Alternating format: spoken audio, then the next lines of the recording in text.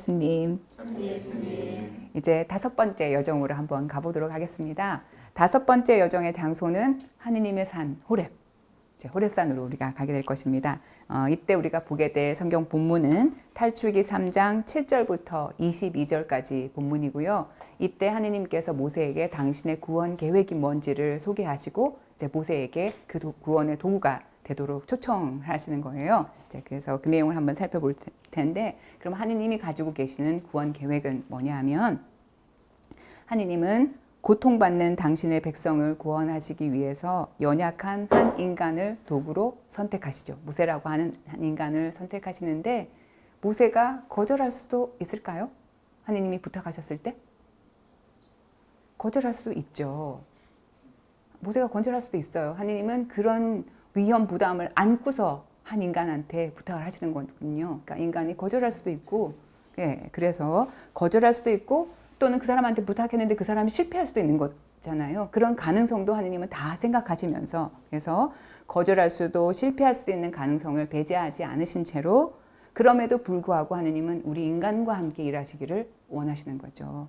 그래서 과연 모세는 어떤 자세로 하느님의 이 구원 계획에 참여하게 될까? 하느님께서 너 나랑 같이 하자 이렇게 말씀하셨는데 모세가 네, 기꺼이 가겠습니다. 그랬을까? 아니면 어떻게 했을까? 이제 그걸 한번 살펴보겠습니다. 그래서 이제 하느님의 구원 계획의 구체적인 내용은 이거예요. 하느님이 뭘 하실 거냐면 이제 모세에게 이렇게 말씀하시죠. 나는 이집트에 있는 내 백성이 겪는 고난을 똑똑히 보았고, 작업 감독들 때문에 울부짖는 그들의 소리를 들었고, 그래서 나는 그들의 고통을 알고 있다. 하느님께서 나는 봤고 들었고 알고 있다 라고 이제 말씀을 하시면서, 그래서 내가 그들을 이집트인들의 손에서 구하여 그 땅에서 저 좋고 넓은 땅, 젖과 꿀이 흐르는 땅, 곧 가나안족과 히타이트족, 아모리족과 프리즈족, 히위족과 여부스족이 사는 곳으로 데리고 올라가려고 내려왔다. 하느님께서는 이제 고난의 노예살이의 땅인 이집트에서 그들을 데리고나서 젖과 꿀이 흐르는 땅으로 데려가실 계획이 있으시다고 이제 모세에게 그거를 밝히신 거예요. 그래서 이제 이스라엘 자손들이 울부짖는 소리가 나에게 다다랐다. 나는 이집트인들이 그들을 억누르는 모습도 보았다. 내가 이제 너를 파라오에게 보낼 터이니 내 백성 이스라엘 자손들을 이집트에서 이끌어내어라. 그래서 모세의 사명은 자세히 살펴보면요, 2가지예요. 너는 이집트에서 노예살이하고 있는 사람들을 설득해서 그들을 그 땅에서 빠져나와서 약속의 땅으로 데리고 가라는 사명이 한 가지라면, 또 하나는 파라오에 가라 그랬잖아요. 파라오에게 가서 파라오가 하느님의 백성을 내보내게 하여라. 2가지 사명이라는 거죠. 이 사명은 둘 다 어려운 사명이에요. 하나는 보세요. 그러니까 이스라엘 사람들은 이집트에서 오랜 동안 노예살이를 하고 살았잖아요. 사람의 절망이 깊으면 내가 이 절망에서 빠져나올 수 있다는 생각을 못하게 돼요. 근데 삶은 여전히 고통스럽잖아요. 그러면 그럴 때 사람이 할 수 있는 선택은 고통을 잊는 방법을 생각하는 거예요. 고통을 잊기 위해서는 뭐예요? 딴 데 시선을 돌려야 되잖아요. 온갖 중독이 유혹하게 돼요. 왜냐하면 이게 너무 고통스러우니까 이대로는 살 수가 없으니까 이걸 잊기 위한 텔레비전을 본다든가 아니면 다른 사람하고 남의 욕을 한다든가, 그것도 그 다음에 더해지면 약물 중독, 마약 중독, 뭐 알코올 이런 거에 빠지게 되는 거죠. 이거는 고통을 잊기 위한 방법이거든요. 근데 모세는 이런 사람들한테 가서 여러분들 여기서 빠져나와야 됩니다. 갈 수 있습니다. 이렇게 설득하려면 이 사람들한테는 파라오보다 더 큰 힘이 있다는 사실을 알게 해야지 돼요. 그 다음에 파라오는 또 어떤 사람인가? 파라오는 힘의 노예가 된 사람이에요. 자기가 세상의 주인이라고 생각하는 거거든요. 근데 그 파라오한테는 당신보다 더 큰 힘이 있다는 사실을 알고 그 힘 앞에 굴복할 수 있도록 해야 되는 거잖아요. 그러니까 힘의 노예가 된 사람을 그 노예살이에서 풀어줘야 되는 거죠. 둘 다가 해방선언이에요. 하느님은 둘 다 하기를 원하시는데 이 둘 다가 모세가 설득해야 되는 일이에요. 이스라엘 백성 설득해야 되죠.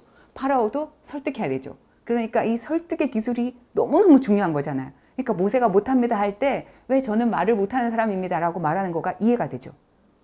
이거는 그러니까 뭐 폭력을 통해서 힘을 통해서 하는 일이 아니라 상대방이 스스로, 파라오가 스스로 그 힘을 잡고 있는 손을 풀어놓도록 만들어야 되는 일인 거잖아요. 그 사명을 이제 모세가 받았으니 모세는 당연히 못하겠다 말을 하죠. 그죠? 모세는 5번에 걸쳐서 이의 제기를 하게 될 거거든요.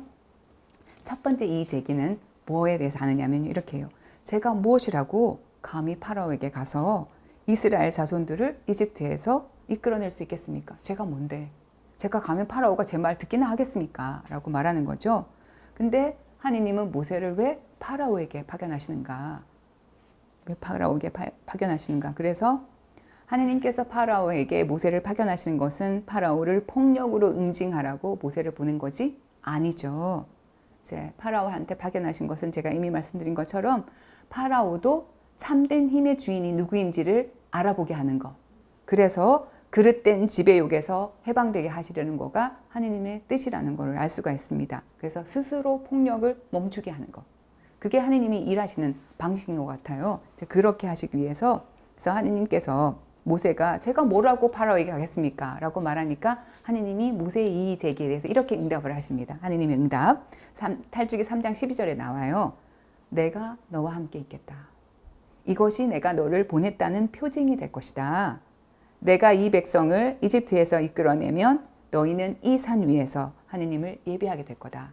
모세가 내가 뭔데 가겠습니까? 하니까 내가 너랑 함께 있겠다.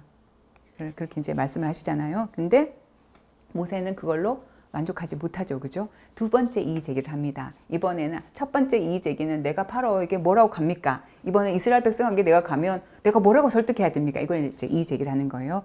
제가 이스라엘 자손들에게 가서 너희 조상들의 하느님께서 나를 너희에게 보내셨다 하고 말하면 그들이 저에게 그분 이름이 무엇이요? 하고 물을 터인데 제가 그들에게 무엇이라고 대답해야 합니까? 그러니까 이스라엘 백성들을 가서 뭐라고 설득해야 됩니까? 하고 이제 이의 제기를 한 거잖아요. 그래서 그 이의 제기에 대해서 하느님께서 이렇게 대답하십니다. 당신이 이름을 뭐라고 해야 되냐 물었으니까 이름을 알려주겠죠. 그죠? 그래서 하느님께서 나는 있는 나다.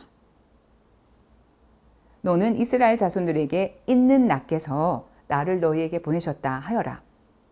너는 이스라엘 자손들에게 너희 조상들의 하느님 곧 아브라함의 하느님 이삭의 하느님 야곱의 하느님이신 야훼께서 나를 너희에게 보내셨다 하여라.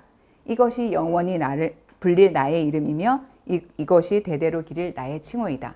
그러니까 야훼는 있는 나라는 뜻이잖아요. 그죠? 그 야훼가 바로 너희 조상들이 지금까지 믿어왔던 그 하느님이다. 라고 말하면서 그분이 보냈다라고 말하는 거예요. 근데 그 야훼라는 말, 나는 있는 나라는 말이 히브리어로 에히에 아쉐르 에히에라는 거예요. 그래서 이거가 나는 스스로 있는 자이다 이렇게 번역될 수가 있는 건데 근데 히브리 말은 이것보다 훨씬 더 의미가 풍부해요.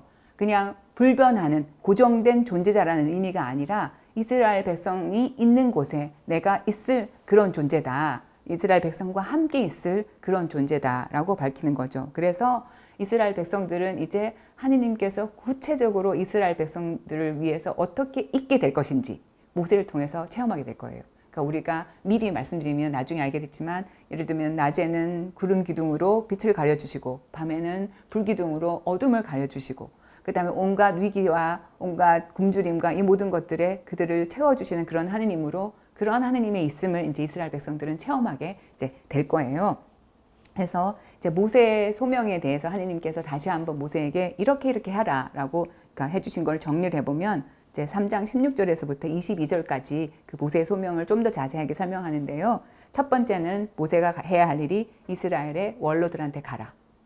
이스라엘 원로들한테 가서 그들의 고통을 알고 계신 하느님께서 그들을 적과 꿀이 흐르는 땅으로 데리고 올라가실 것이다 라고 말씀하셨고 두 번째는 파라오한테 가라.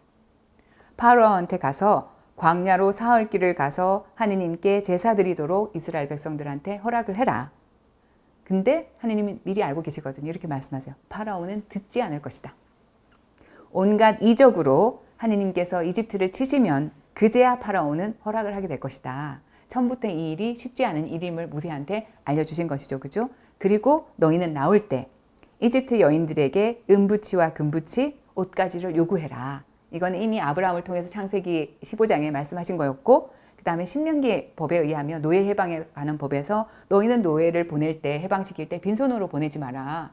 그만큼 대가를 주어서 보내라라고 하는 거잖아요. 그 법의 실현을 의미하는 것이기도 합니다. 그래서 이게 이제 다섯 번째 여정에 그러니까 모세가 하느님의 부르심을 받았고 첫 번째 이의 제기를 했고 두 번째 이의 제기를 했던 거가 다섯 번째 여정에서 살펴봤던 거예요. 그래서 이제 이 여정의 쉼터에서 이제 이 쉼터에 걸어놓은 거울 우리가 붙여볼 말씀은 탈출기 3장 7절부터 22절까지의 이제 말씀입니다. 그래서 이 거울에서 우리가 생각해 봐야 될 것은 하느님께서 모세에게 이렇게 말씀하셨거든요. 내가 너와 함께 있겠다. 나는 있는 나이다. 그러면 이거를 우리 삶으로 가져오면 하느님은 어떻게 나와 함께 계시는가? 하느님이 어떻게 나와 함께 있는가? 매일 나의 일상 속에서 또는 하느님이 나와 함께 계시다는 사실을 나는 어떻게 알 수 있는가? 또는 하느님이 이분과 함께 있다는 사실을 우리가 어떻게 알 수 있을까? 하느님이 함께 계신다는 것은 뭘까? 하느님이 함께 계실 때 우리 삶에서 나타나는 효과는 뭘까? 뭘 보고 저 사람은 하느님이 함께 계신다 라고 말할 수가 있을까? 예를 들면 제가 이분이 어떤 불행을 겪고 있는지 알거든요. 근데 이분의 표정 안에 그 무엇도 줄 수 없는 평화가 있어요. 그럼 전 생각하는 거, 저 평화는 어디서 오는 걸까? 저건 사람이 낼 수 있는 평화가 아니야. 이거는 정말 하느님께서 저분하고 함께 계시는구나 하고 느낄 수가 있는 거잖아요. 이렇게 하느님이 내 삶에 함께 할 때 내 삶 안에 나타나는 효과는 뭘까? 이런 걸 한번 보는 거예요. 그리고 하느님께서 모세에게 내가 너랑 함께 있겠다 라는 말씀을 만약에 하느님 나한테 해주신다면 내가 너랑 함께 있어. 두려워하지 말고 걱정하지 마라. 내가 함께 있겠다 라는 이 말씀이 나한테는 지금 어떤 도움이 되는가? 이런 거를 한번 이제 생각해 보시면 좋겠고요. 이제 5번째 여정을 마치고 여기서 원하는 만큼 푹 쉬시고 이제 다시 6번째 여정으로 한번 가보도록 하겠습니다. 6번째 여정도 여전히 같은 장소예요. 하느님의 산 호렙에서 이루어지는 일이고 이제 여기서 이제 다루게 될 말씀은 탈출기 4장 1절부터 17절까지의 말씀이에요. 이제 이 여정의 제목은 제가 뭐라고 붙였냐면 주님 죄송합니다. 이제 이렇게 붙였어요. 이거 모세가 한 말이잖아요. 그죠? 그래서 이제 만약 내가 모세였다면 이제 하느님이 저보고 엄청난 일을 맡겼잖아요. 이스라엘 백성들을 약속의 땅으로 데려가는 일을 네가 해라. 그리고 파라오 설득해라. 엄청난 일을 맡기셨는데 자, 모세는 하느님의 부르심에 응답을 하려면 40년 동안 미디안에 살았잖아요. 이 삶을 다 청산하고 길을 떠나야지 되는 거잖아요. 그죠? 인생의 중년기에 새로운 삶을 향해서 뭔가 가야 되는 거잖아요. 그래서 40년 동안 내가 살았던 삶을 영위하던 방식이나 우선순위를 다 바꿔야 되는 거잖아요. 그래서 이 일이 모세에게는 쉬운 일이었을까? 혹시 모세한테는 주저함이나 망설임이 없었을까? 모세도 인간이니까 분명히 있었겠죠, 그죠? 근데 모세는 어떻게 했을까? 그래서 이제 모세가 5번의 이의 제기를 했는데 앞의 여정에서 우리가 2번의 이의 제기는 살펴봤잖아요. 이제 요번에 3번의 이의 제기를 볼 텐데 모세가 3번의 이의 제기를 하는데 뭐라고 하냐면 3번째 이의 제기는 사람들이 내 말을 믿지 않으면 어떻게 하나요? 그 다음에 4번째는 저는 말솜씨가 없고 입과 혀가 무딘 사람입니다. 어떻게 할까요? 그 다음에 5번째는 그래도 나보다 더 잘할 수 있는 사람이 있지 않겠어요? 그 사람 보내는 게 더 좋지 않을까요? 라고 이의 제기를 하는 거예요. 그래서 이 하나하나를 한번 살펴보도록 하겠습니다. 먼저 3번째 이의 제기. 제가 하느님 말씀처럼 가서 말을 했는데 그래도 사람들이 내 말을 안 믿고 하느님께서 저를 보내셨다는 사실을 믿지 않으면 저 어떻게 하죠? 그럴 수 있지 않을까요? 라고 말하니까 하느님께서 그럴 수 있겠지. 그러면 내가 2가지 표징을 줄게.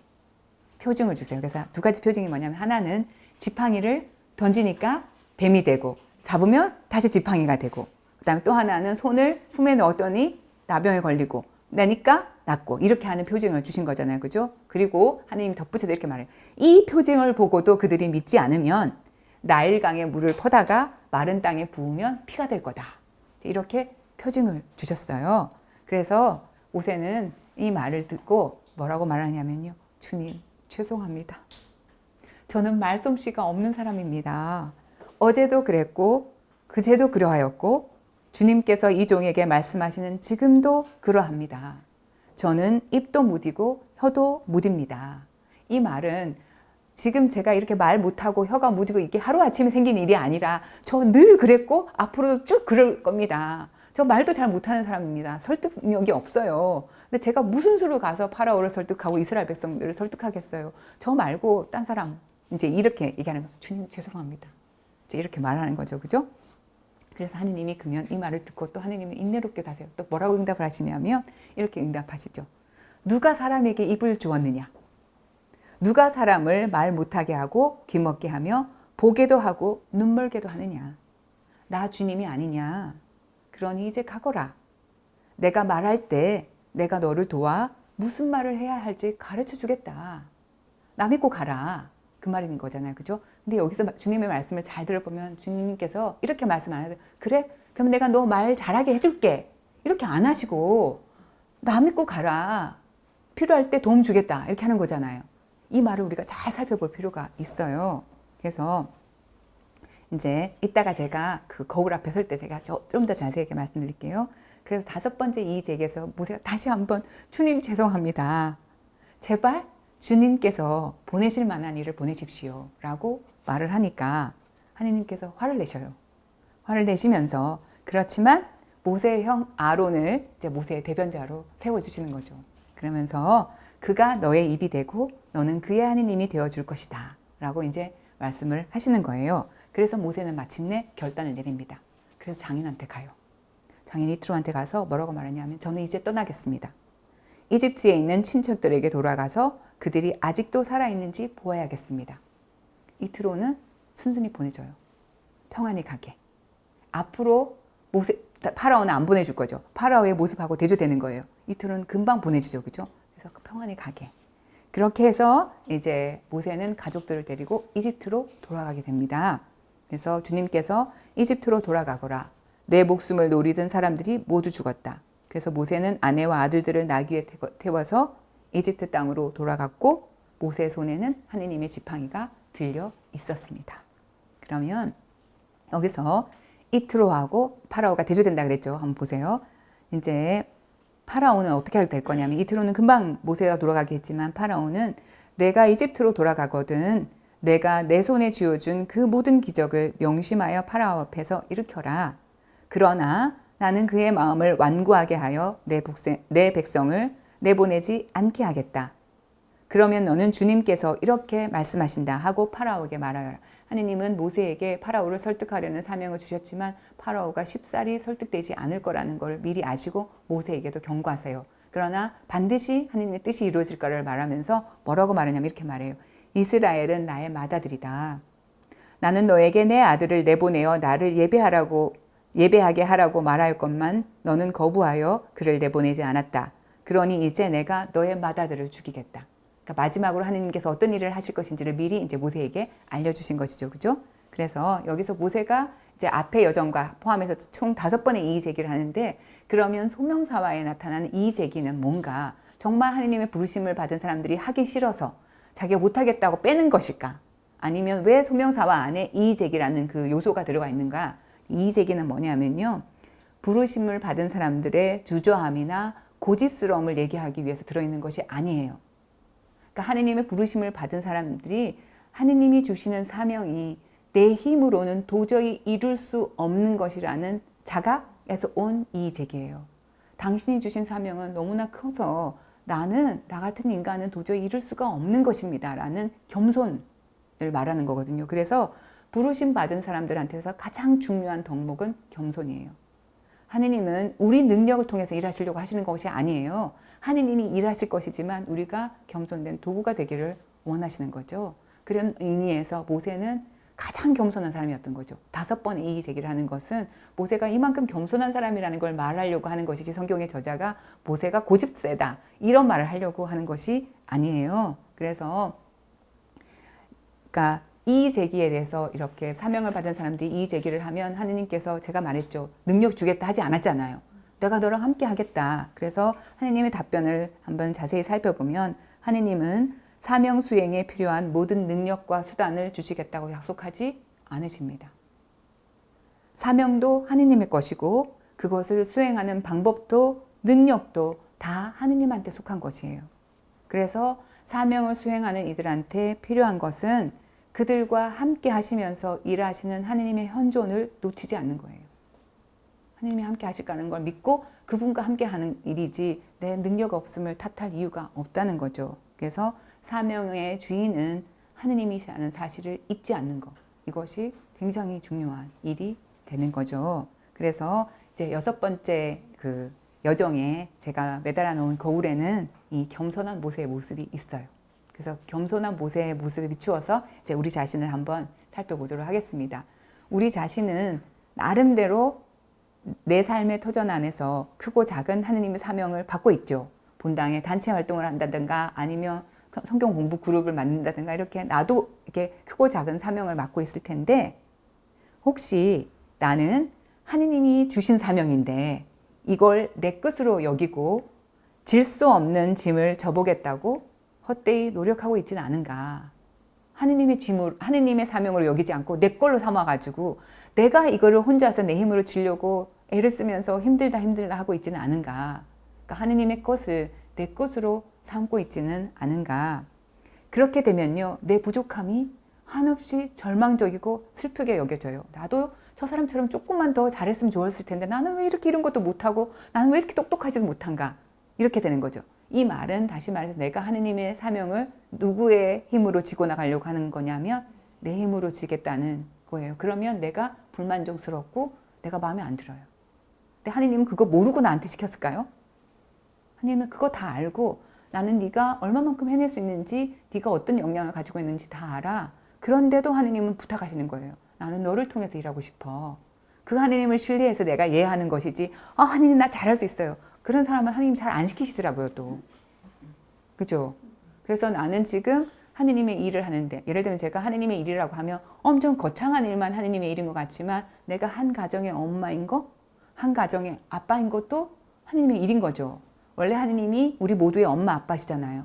근데 하느님이 직접 엄마가 될 수가 없으니까 누군가를 통해서 엄마가 되셔야 되고 누군가를 통해서 아빠가 돼야 되는 거잖아요. 네가 당분간만 내 대신에 얘들의 아빠가 되어주고 네가 당분간만 내 대신에 얘들의 엄마가 되어줘. 근데 하느님 우리에게 100점짜리 엄마 아빠가 되기를 원하시지도 않아요. 그냥 네가 할 수 있는 만큼만 하고 나머지는 내가 할게. 나한테 맡겨. 근데 우리는 내가 다 하려고 하는 거잖아요. 이건 내 자식이야. 이게 하느님의 자식이라는 생각을 못하고 내 자식이니까 내가 어떻게 다 해보려고 하니까 힘겹잖아요. 한 번도 엄마 연습해보고 엄마 된 적 없고 아빠 연습해보고 아빠 된 적 없는데 근데 완벽한 아빠 엄마가 되려고 하니까 얼마나 힘이 들어요. 그래서 그냥 내가 할 수 있는 만큼만 하고 나머지는 하느님 맡겨놓으신 거니까 하느님이 하시도록 드리는 거. 그러면 나는 내가 하는 사명에 내가 평안해질 수가 있어요. 하느님 저 이만큼 할 수 있거든요. 제가 이만큼 하니까 나머지는 하느님이 하세요. 이 6번째 여정의 거울은 우리가 자주 돌아와야 돼요. 왜냐하면 우리는 쉽게 교만에 빠지게 되거든요. 교만이 나 잘났을 게 아니라 하느님의 것을 내 걸로 삼기가 쉬우니까 그래서 이 여정의 거울에 다시 자주 돌아와서 그래서 교만이나 허영, 자만, 절망과 자포자기의 유혹에 지지 않으려면 그리고 하느님께서 주신 사명의 길을 끝까지 걷고자 한다면 이 거울 앞에 자주 나와서 와야 돼요. 그래서 모세처럼 하느님 저는 처음부터 이 사명을 맡기에 부족한 사람이었다는 거 당신이 다 아시고 주셨으니까 전 요만큼만 할게요. 그래서 내가 혹시나 절망이나 자포자기에 빠져 있다면 또는 나 너무 잘해. 막 이런 착각이죠. 그죠? 이런 거에 빠져 있다면 이제 이 거울 앞에서 이제 그런 옷들을 다 벗어버리고 원래 하느님이 사명을 주셨을 때 그 초심으로 다시 돌아가서 하느님 저 부족하지만 당신이 함께 계신다면 어떻게 한번 해보겠습니다. 그런 마음으로 임할 때 그러니까 내가 자신 있게 임할 때보다 훨씬 더 열매가 풍성하고 큰 것 같아요. 그런 거 다 체험해 보셨죠? 그래서 이 6번째 여정의 거울 앞에서 시간을 많이 취해 보시면서 하느님이 나한테 주신 사명은 뭔가 하느님 그 사명 주셨을 때 나는 어떤 반응으로 임했고 또 지금도 임하고 있는가 지금도 하느님 딴 사람 한번 찾아보세요 라고 말하고 있는가 어떻게 하고 있는가 이제 한번 살펴보면서 하느님이 나에게 주신 사명을 감사하게 여기고 또 그 사명은 어떤 마음으로 살아야 되는지 되새기는 그런 시간이 되셨으면 좋겠습니다. 그래서 6번째 여정 거울 앞에서도 충분한 시간을 가지시기 바랍니다. 수고하셨습니다. 그래서 젊었을 때는 실패해도 금방 일어날 수가 있지만 나이가 어느 정도 들게 되면 이 실패 앞에서 두려움이 커지거든요. 모세도 그런 나이란 말이에요. 거울 앞에 머물면서 자신을 살펴보는 그런 연습을 해보시면 도움이 되실 거라고 생각합니다.